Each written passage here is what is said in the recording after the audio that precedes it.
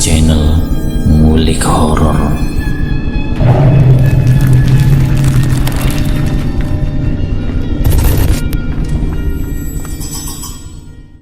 Assalamualaikum warahmatullahi wabarakatuh. Kembali lagi di channel Ngulik Horor. Channel kami menceritakan tentang kisah-kisah misteri yang mungkin bisa menemani agan-agan dan sista semua ya. Kali ini saya akan membawakan kisah misteri yang diambil dari Ed Majid. Kalian juga dapat mengunjungi page beliau langsung ya. Nanti link saya akan sediakan di kolom deskripsinya. Oh ya, sebelum masuk ke cerita seperti biasanya, nama dan tempat saya samarkan semua untuk menjaga privasi yang terlibat di dalamnya. Yuk, daripada kita lama-lama, langsung saja kita simak ceritanya. Kali ini saya akan membawakan kisah misteri yang berjudul Siluman Buaya. Kali ini saya akan menceritakan sebuah kisah tentang siluman buaya atau buaya kejadian, yang khususnya warga Batang Banyu sekitaran Sungai Kapuas dan Barito tentunya sudah sangat tidak asing lagi dengan buaya yang saya maksud. Kisah ini diambil dari sebuah kisah nyata yang terjadi kepada nenek moyang ibuku yang kebetulan berprofesi sebagai bidan kampung. Di malam itu sekitar pukul 1 dini hari. Nih, istri saya mau melahirkan. Tolong bantu nih, ucap seorang lelaki parubaya yang terlihat cemas di raut wajahnya. Sebentar, aku ambil perlengkapan dulu, kata nenek. Kamu dari mana, Cuk? Sepertinya bukan orang kampung sini ya, sambung nenek yang bergegas berjalan menaiki jakung atau sampan yang digunakan laki tadi untuk menjemput nenek. Iya nih, saya dari desa sebelah. Kebetulan bidan di sana lagi membidani orang dan tidak bisa membantu istri saya. Makanya ada yang menyarankan kalau saya minta tolong ke Nini saja, sahut lelaki itu sambil mengayuh jangkungnya. Oh, pantesan Nini rasa asing denganmu, Cuk, sahut nenek. Singkatnya mereka pun sampai di sebuah desa dan melanjutkannya dengan berjalan kaki. Wah, Nini baru tahu kalau ada desa sebagus dan semegah ini di sekitar sini, kata nenek terheran-heran. Bagaimana tidak, saat pertama memasuki gerbang desa tersebut, nenek sudah dibuat terkagum-kagum dengan pemandangannya yang sangat megah dan indah. Rumah-rumah bagaikan istana dengan pagar yang menjulang tinggi. Jalanannya pun terkesan sangat besar dan berbanding terbalik dengan desa yang nenekku tinggali.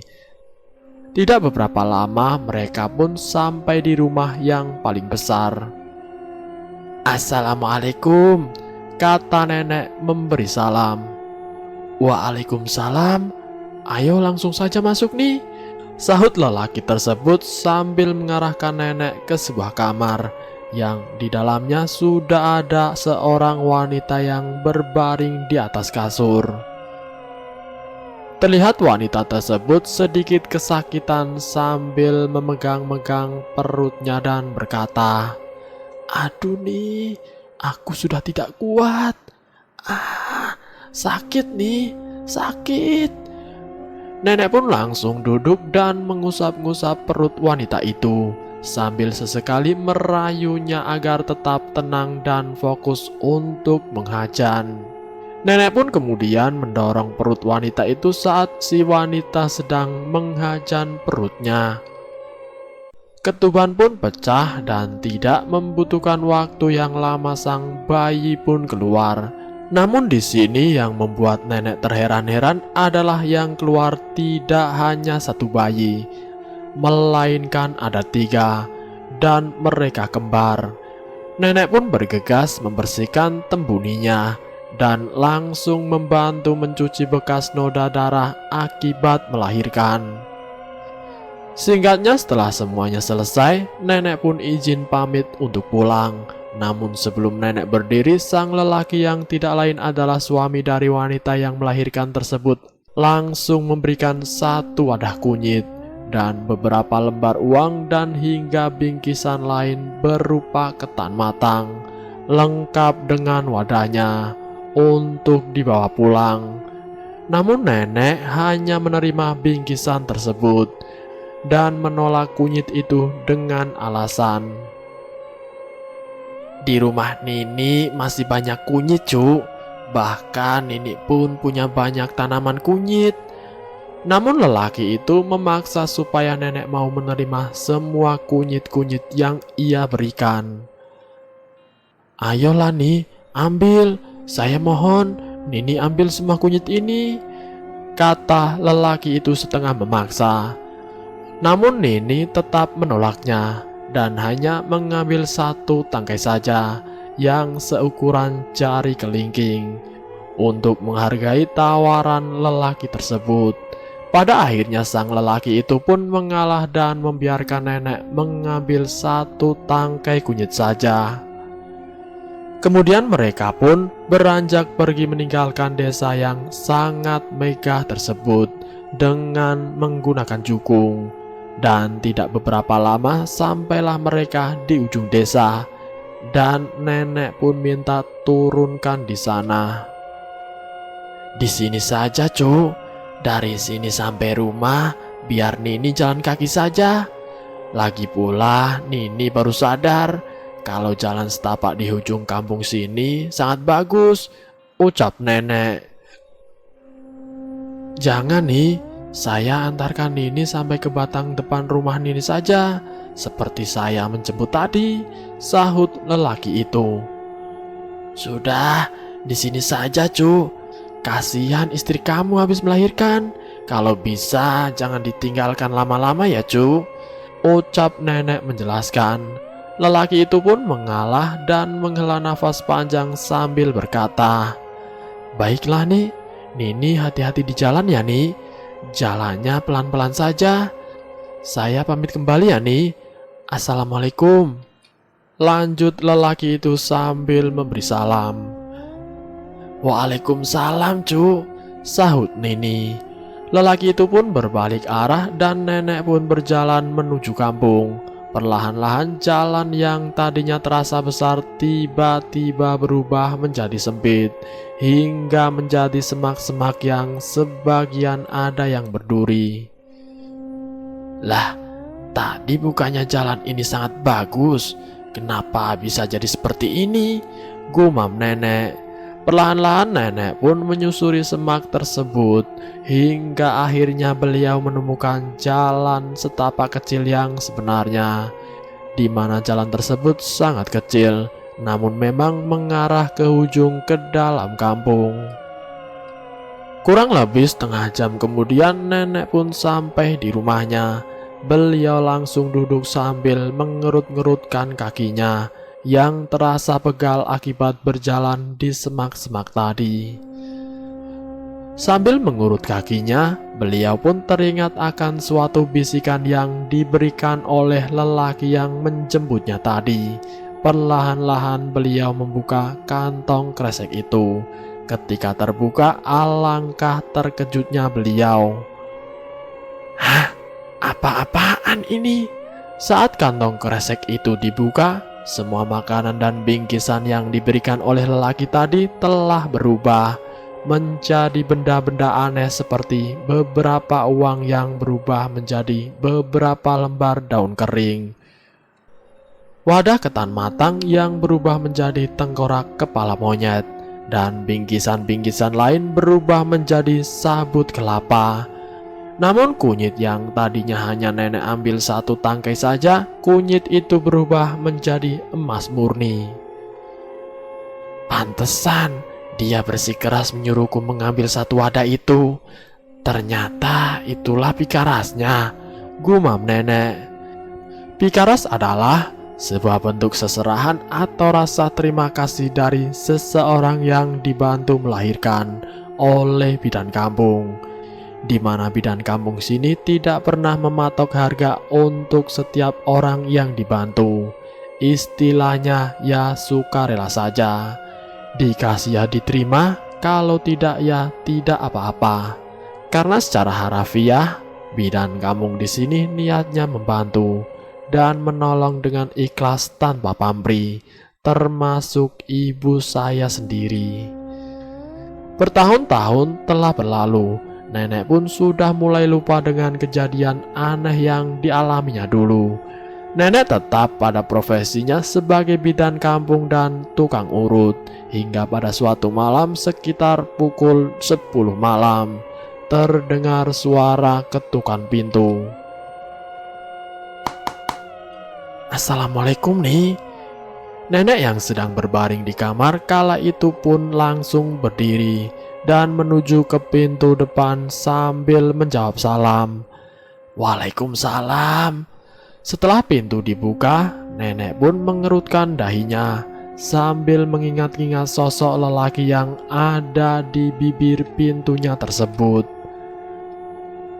Oh, cucuku, bagaimana keadaan anak-anakmu yang Nini bidanin tempo hari? Ucap nenek sambil mulai tersenyum. Alhamdulillah, ketiganya sehat nih. Dan maksud saya datang ke sini, saya meminta tolong Nini untuk mengurutkan tenggorokan salah satu anak saya. Dia ketulangan nih, ujar lelaki itu. Ketulangan bahasa kami ialah saat kita makan ikan dan tidak sengaja tertelan tulang, dan tulang itu nyangkut di tenggorokan. Nenek pun langsung bergegas mengganti bajunya dan tidak lupa membawa perlengkapannya beberapa minyak urut. Setelah semuanya siap, mereka pun langsung bergegas menaiki cukung atau sampan yang digunakan oleh lelaki tersebut. Mereka pun mulai berjalan, dan tidak beberapa lama sampailah mereka di kampung yang sangat megah itu lagi. Nenek pun kembali terkagum-kagum melihat pemandangan yang tempo hari beliau lihat. Oh ya, saat pertama ke sana, nenek sama sekali tidak sadar kalau yang dibidani beliau itu adalah bangsa siluman atau jin. Karena terlalu fokus ingin membantu persalinan, beliau pun jadi kurang memperhatikan lingkungan sekitar, kecuali bentuk rumah-rumah yang sangat megah. Namun kali ini beliau sudah curiga atau sedikit menyadari kalau kampung yang dia datangi bukanlah dari bangsa manusia. Singkatnya mereka pun sampai di rumah itu, dan di sana sudah menunggu keluarga dari lelaki yang menjemput nenek tersebut. Terlihat seorang anak yang kira-kira berumur 7 tahun sedang mengalami kesakitan di bagian tenggorokannya. Nenek pun menyuruh anak itu untuk berbahan, dan perlahan-lahan nenek mengurut dengan pelan di bagian leher dari anak itu. Kurang lebih 10 menit nenek mengurut, akhirnya tulang itu pun keluar dan dimuntahkan oleh anak lelaki tersebut. Dan di saat melihat itu, nenek pun terkesan kaget melihat sesuatu yang dimuntahkan oleh si anak tersebut. Walau kaget, namun beliau berusaha tetap tenang dan menghargai tuan rumah. Yang dimuntahkan oleh si anak lelaki tersebut ternyata bukanlah tulang, melainkan kawat pancing yang lumayan besar, yang kira-kira seukuran paku. Lelaki yang tidak lain adalah sang ayah dari anak tersebut pun langsung berkata, "Anu nih, anak saya kemarin jalannya terlalu jauh hingga dia tidak sadar memakan pancingan orang. Untung saja dia tidak tertangkap oleh manusia," kata lelaki itu. Dan lelaki itu pun sudah mulai jujur tentang siapa mereka dan ingin memberitahu secara halus kepada nenek tentang bangsa apakah mereka. "Terima kasih, Nini sudah membantu keluarga saya. Walau nenek tahu kami ini bukan manusia, tapi nenek masih mau membantu kami," ucap lelaki itu dengan mata yang berkaca-kaca. Keluarga itu pun menundukkan kepala mereka sebagai rasa terima kasihnya untuk nenek. "Nini, kami sekeluarga sudah sepakat. Kami mau menyerahkan ketiga anak kami ini untuk Nini. Kami menyerahkan mereka sebagai anak Nini. Walau anak angkat Nini, anggap saja mereka adalah anak-anak Nini sendiri. Kami mohon terimalah nih, kami akan membantu Nini sampai anak cucu Nini. Karena dari sekarang, anak-anak kami ini juga sudah menjadi anak Nini atau keluarga Nini, ucap lelaki itu dengan penuh harap. Nenek pun tersenyum sambil mengiyakan serahan tersebut. Iya cu, Nini terima cicit-cicit ini sebagai anak Nini. Terima kasih telah mempercayakan Nini untuk menggadu atau memelihara anak-anak cucu, balas nenek. Lelaki itu pun langsung tersenyum bahagia diikuti dengan istri dan ketiga anaknya tersebut. Setelah seserahan itu, nenek pun diantar pulang hingga sampai depan rumah. Sebelum pergi, sang lelaki itu memberitahu jati dirinya kepada nenek. Nih, kami ini dari bangsa buaya. Memang sebagian dari bangsa kamilah yang sering menandai dan mengaria warga kampung ini sehingga mereka hilang. Sebagian bangsa kami memang sering memakan manusia nih. Namun hal itu tidak berlaku untuk Nini sampai ke anak cucu Nini.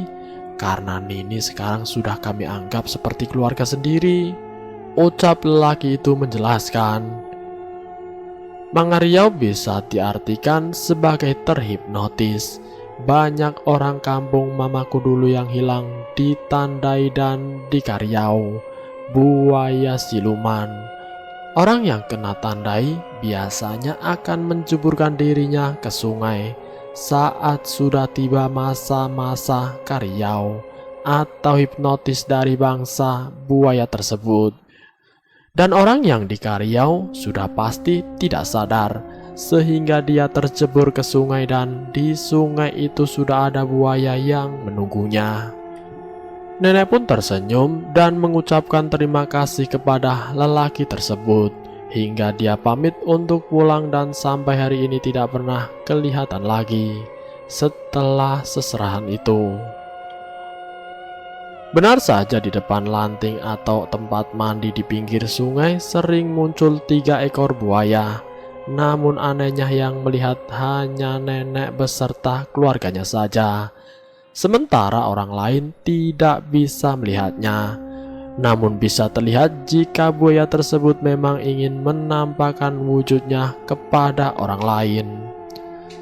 Seperti kisah yang dibuktikan langsung oleh pamannya ibuku, di mana saat beliau menceritakan kisah ini kepada temannya, ada salah seorang teman yang tidak percaya, bahkan terkesan menantang kalau omongan paman ibu itu bisa dibuktikan kebenarannya. Pamannya ibu pun mengajak temannya tersebut untuk menaiki sampan dan berdayung ke tengah sungai yang lebarnya lebih dari 200 meter tersebut. Saat mereka sudah berada di tengah sungai, pamannya ibu hanya menjentik air sebanyak 3 kali dengan mengucapkan, Katiki, Samut Gatal, Salimbadah, itulah nama-nama mereka. Tidak sampai 1 menit, tiba-tiba sampan pun bergoyang, dan dari sisi kanan dan kiri langsung muncul 2 ekor buaya yang melebihi besarnya sampan tersebut. Kemudian buaya yang ketiga muncul di buritan sampan. Mereka terdiri dari buaya putih, buaya kuning, dan buaya hitam.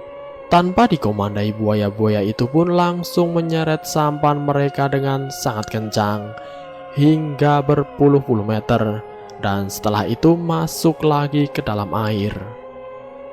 Temannya paman ibuku pun langsung tidak sadarkan diri setelahnya, dan akhirnya dia pun langsung percaya karena melihat bukti secara langsung dengan mata dan kepalanya sendiri. Di lain tempat, anak dari pamannya ibuku, sebut saja namanya Anwar, di mana Anwar ini tidak bisa berenang. Dan ketika itu Anwar sedang berdagang menggunakan kapal dagang dari desa ke desa. Maklum kala itu di desa ibuku hanya bisa ditempuh dengan menggunakan perahu kelotok, tidak ada jalur darat. Sampai tahun 2000-an, desa-desa di Kalimantan Tengah dan Selatan khususnya di daerah pedalaman, kebanyakan desanya berada di pinggir sungai Kapuas dan Barito, sehingga alat transportasi pun harus dengan memakai kapal. Ketika Anwar sedang menuju sebuah desa, tepatnya di daerah Sungai Barito, tiba-tiba kapal dagang yang dia tumpangi karam dan menenggelamkan semuanya. Anwar yang tidak bisa berenang pun sangat ketakutan dan panik, hingga akhirnya semua bagian kapal pun tenggelam. Ada sekitar 30 orang pedagang di kapal itu, termasuk Anwar. Ketika kapal sudah tenggelam, para pedagang itu pun sebagian berenang menggapai benda-benda yang terapung. Namun sial bagi Anwar, dia tidak dapat menemukan benda untuk mengapungkan tubuhnya yang tidak bisa berenang itu. Dia pun pasrah dan berpikir akan mati di Sungai Barito. Hingga di sela keputusasaannya, tiba-tiba ada benda seperti batang kayu di dalam air tempat dia tenggelam.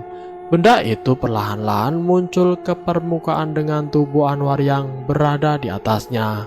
Sontak Anwar pun langsung memeluk benda itu yang ternyata adalah seekor buaya yang lebarnya melebihi 1 meter dan sangat panjang.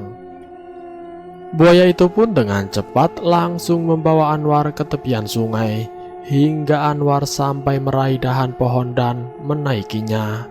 Anwar sendiri tidak kaget dengan buaya itu, karena dia pun sudah tahu akan cerita keluarganya yang memang begaduhan atau memelihara buaya. Namun yang bikin Anwar sedikit shock adalah ukurannya yang sangat besar dan jauh dari perkiraan Anwar. Akhirnya Anwar pun bisa pulang dengan selamat, walau barang dagangannya hanya bisa ditemukan sebagian.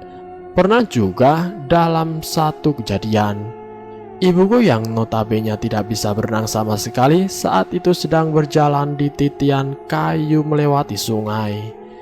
Ketika berjalan, beliau pun tiba-tiba terpleset dan jatuh ke dalam air.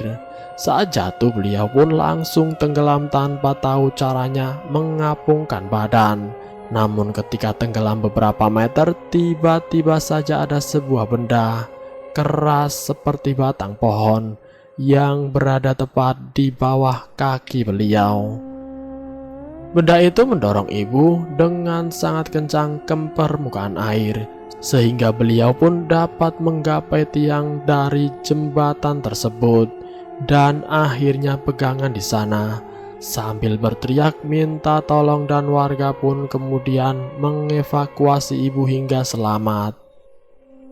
Ibu pun tidak tahu benda apa yang mendorongnya dari dalam air tersebut. Namun yang jelas itu bukanlah manusia, dan bisa saja itu adalah buaya siluman yang saya sebutkan di atas. Di lain cerita, buaya jejadian yang dipelihara keluarga kami turun-temurun, rupanya sedikit berpengaruh di bangsanya. Saat itu waktu sudah menunjukkan maghrib. Waktu itu ibuku masih berusia belasan tahun. Dari hulu kampung atau hulu sungai, warga geger dan berteriak, "Buaya! Buaya ganal!" Orang-orang kampung pun keluar rumah dan menyaksikan sendiri buaya yang sangat besar melintasi kampung tersebut. Termasuk diantaranya ibuku yang baru pertama kali melihat buaya yang sangat besar. Kata orang-orang mungkin sekitar 16 meter. Anehnya buaya itu tidak menyelam, melainkan sengaja menampakkan dirinya. Kemudian buaya tersebut berbelok memasuki anak sungai yang kira-kira ukurannya sekitar 10 meter, di mana sungai tersebut diketahui menembus antara Sungai Barito, kampung mamaku, hingga Sungai Kapuas.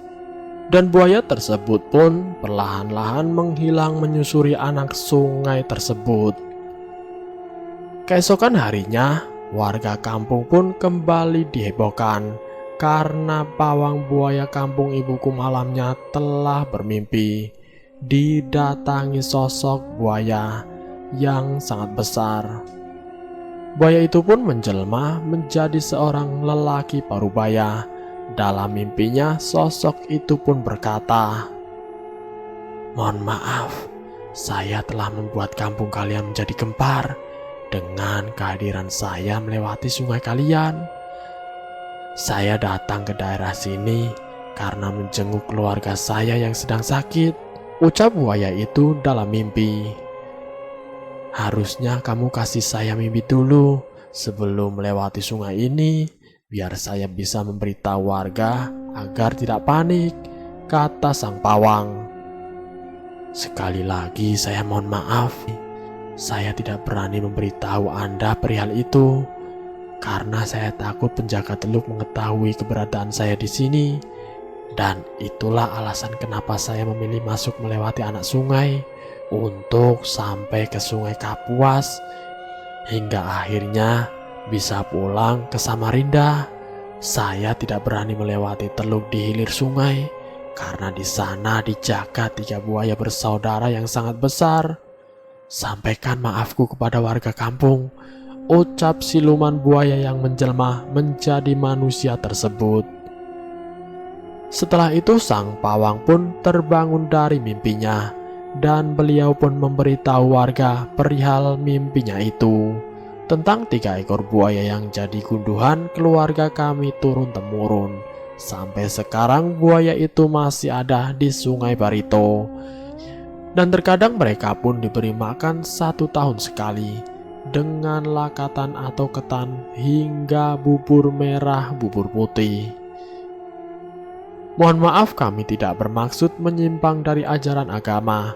Kami memberi makan hanya sebagai bentuk keluarga, sama halnya seperti seorang ibu yang memberi makan anaknya. Begitu pula dengan memberi makan buaya itu. Hanya saja kita berbeda alam. Saling menghormati antara jin dan manusia wajar-wajar saja dan tidak menyimpang dari norma agama, selagi dalam batas kewajaran dan tidak mengharap atau berharap dari bangsa jin tersebut. Hanya kepada Allah Subhanahu wa Ta'ala kita berharap dan memohon perlindungan, bukan terhadap bangsa jin. Dan di dalam cerita ini, dari awal kami tidak pernah meminta bantuan buaya-buaya tersebut di saat kepepet. Namun merekalah yang datang membantu kami. Tentu semua itu atas kehendak Allah Subhanahu wa Ta'ala. Dan selesai. Itulah kisah misteri yang berjudul Siluman Buaya. Semoga kisah kali ini bisa menjadi pengalaman buat kita semua. Ambil sisi positifnya dan buang jauh-jauh sisi negatifnya. Terima kasih sudah mampir di channel kami. Jika kalian tertarik dengan video kami, silakan tekan tombol like, share, dan komen. Tekan subscribe untuk mengikuti video kami selanjutnya. Wassalamualaikum warahmatullahi wabarakatuh.